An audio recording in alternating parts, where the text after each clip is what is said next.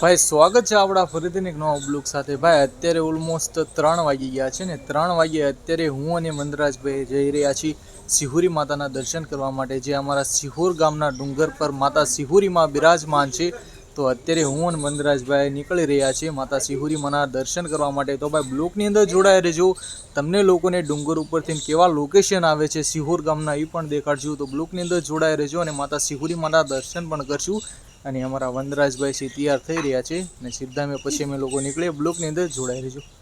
તો ભાઈ આપણા વનરાજભાઈ છે રેડી તૈયાર થઈને આવી ગયા છે। વનરાજભાઈ નીકળવું છે ને હવે? ઓકે। અને વનરાજભાઈ તમે માતા સિહુરી માના દર્શન કેટલા સમય પછી જાઓ છો કરવા? લગભગ 4 થી 5 મહિના થઈ ગયા છે।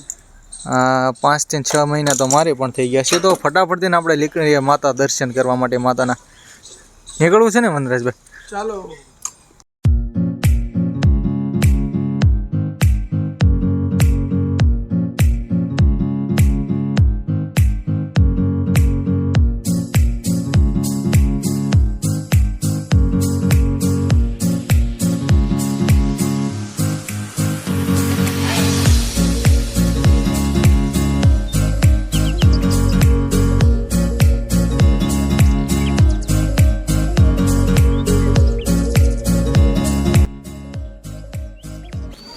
તો ફાઇનલી મિત્રો અત્યારે આપણે લોકો સિહુરી માના જે ડુંગરના પગથિયા છે, જે ગેટ છે, ત્યાં આપણે લોકો પહોંચી ગયા છે અને આનથી સીધા આપણે ડુંગર ચડવાનું શરૂઆત કરી નાખશું। તો બ્લોકની અંદર જોડાઈ રહેજો ને ઉપર ચડીને લોકેશન જોઈશું સિહોર ગામના। તો બ્લોકની અંદર જોડાઈ રહેજો।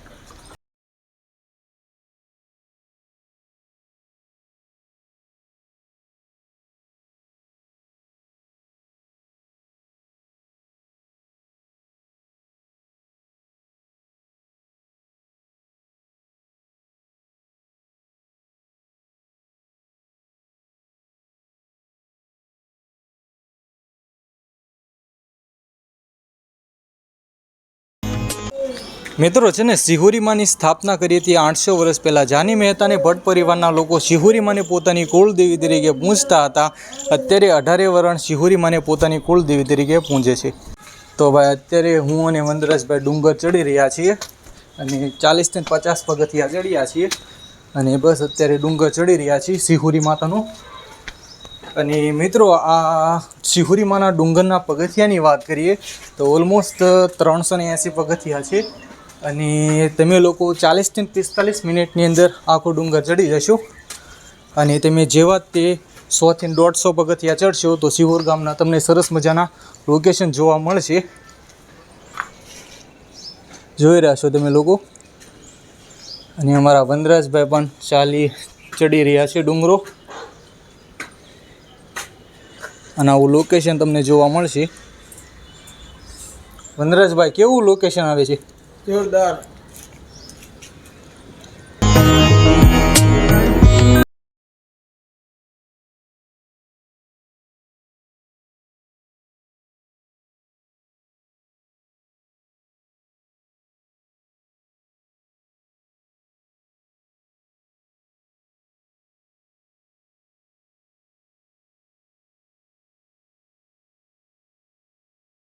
નું સાચું નામ છે યમુના, પણ જાની મહેતાને ભટ્ટ પરિવાર માતાજીને મંગળા ભવાની તરીકે પૂજે છે।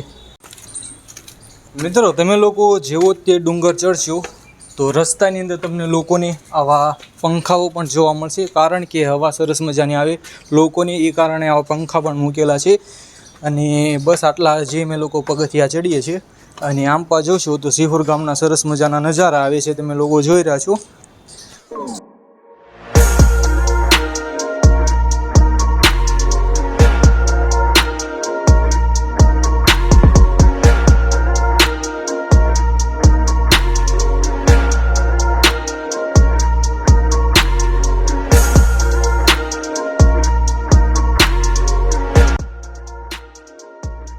મિત્રો સિહુરી માના ડુંગરના પગથિયા ચડવા માટે તમારે લોકોને 2 રસ્તા છે। એક જૂનો રસ્તો છે આંપાનીકોર સાઈડ જોવો તો, અને આંપાનીકોર મિત્રો જોવો તો નવો રસ્તો છે। તમે લોકો 2 માર્ગથી આ ડુંગર ચડી શકો છો આખો જ, અને 380 પગથિયા છે આ ડુંગર। તમે લોકો ક્યારે પણ આ ડુંગર ચડી શકો છો।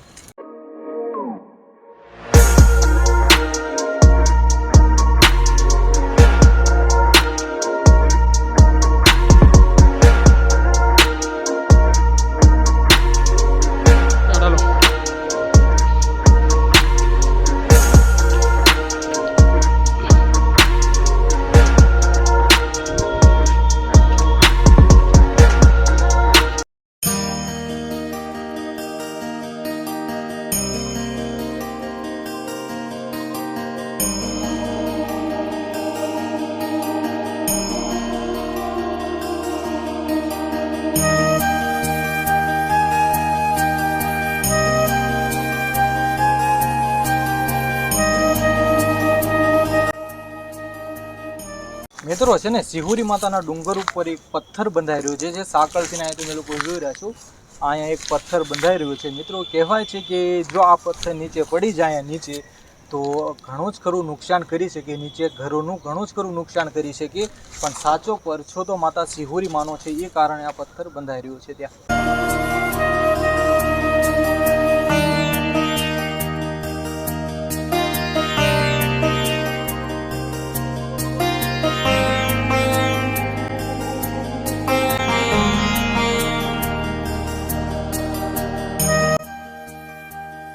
તો મિત્રો હવે આપણે લોકો ડુંગર ચડી ગયા છીએ. બસ હવે 14 થી 15 જેવી સીડીઓ છે. હવે ફટાફટ ચડી જાવી અને માતાના દર્શન કરી લે સિહુરી માતાના. અને બ્લોકની અંદર જોડાઈ રહેજો, તમને પણ દર્શન કરાવશું માતા સિહુરી માના. તો બ્લોકની અંદર જોડાઈ રહેજો.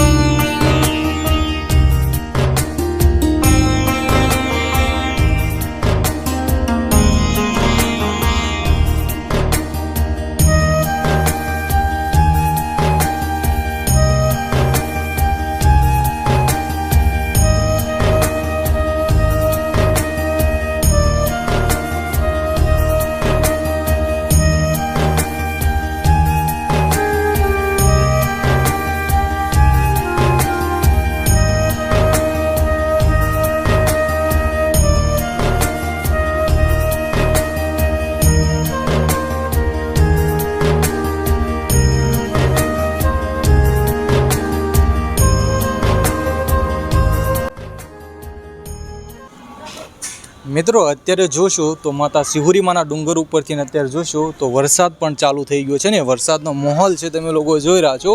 અને આંપાની કોર મિત્રો જોશો તો વાદળાઓ પણ સરસ મજાના આવી રહ્યા છે. અને અહીંયા જોશો મિત્રો તો સિહોર ગામના એક નંબર તમને લોકોને નજારા જોવા મળશે. જોઈ રહ્યા છો અત્યારે વરસાદ પણ ચાલુ થઈ ગયો છે. અને અત્યારે હું અને વનરાજભાઈ માતા સિહુરી માના ડુંગર ઉપર છીએ. અને અહીંયા જોશો તો પવન સરસ મજાનો પણ આવી રહ્યો છે, તમે લોકો જોઈ રહ્યા છો.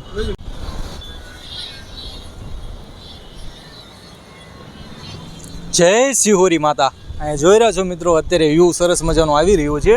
અને પવન જોશો તો પણ સરસ મજાનો આવી રહ્યો છે. અને આવો સિહોર ગામનો નજારો છે, તમે લોકો જોઈ રહ્યા છો. અને અત્યારે બારિશનો માહોલ છે, તો અત્યારે એક વાતાવરણ હરિયાળું એક આવતું હોય છે, તમે લોકો જોઈ રહ્યા છો. કારણ કે અત્યારે લીલુંછમ ડુંગરો છે, તો એકદમ સરસ મજાનું વાતાવરણ છે અત્યારે. અને હું અને વનરાજભાઈ માતા સિહોરી માના દર્શન તો કરી લીધા છે. અને અત્યારે બસ વ્યૂ જોઈ રહ્યા છીએ સિહોર ગામનું.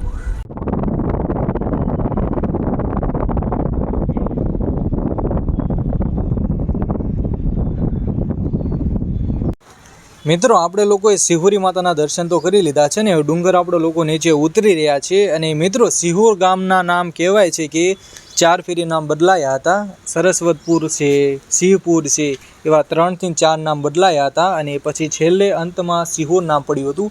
અને સિહોર નામ પડતા માતા સિહોરી માનું નામ પડ્યું હતું. અને મિત્રો સિહોર ગામ જુઓ તો પેલેસથી તે વ્યાપારમાં જુઓ તો તાંબા પિત્તળના વાસણો માટે ખૂબ પ્રખ્યાત અને મહત્ત્વ ધરાવે છે.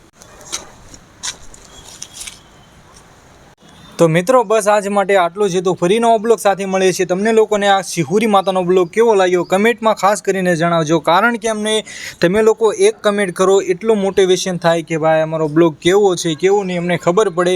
તો ખાસ કરીને ભાઈ એક કમેન્ટ કરવાનું ખાસ કરીને તમે લોકો ભૂલતા નહીં. ચેનલને ખાસ કરીને સબસ્ક્રાઈબ કરવાનું ભૂલતા નહીં. કારણ કે અમારા આવા નવા ઇન્ટરેસ્ટિંગ નોલેજિંગ તમને લોકોને વિડીયો મળતા રહેશે. એ કારણે ભાઈ ચેનલને સબસ્ક્રાઈબ કરવાનું ખાસ કરીને ભૂલતા નહીં. તો મળીએ છીએ નવા બ્લોગ સાથે નેક્સ્ટ બ્લોગની અંદર. જય માતાજી, જય શ્રી રામ, જય સિહુરી માતા.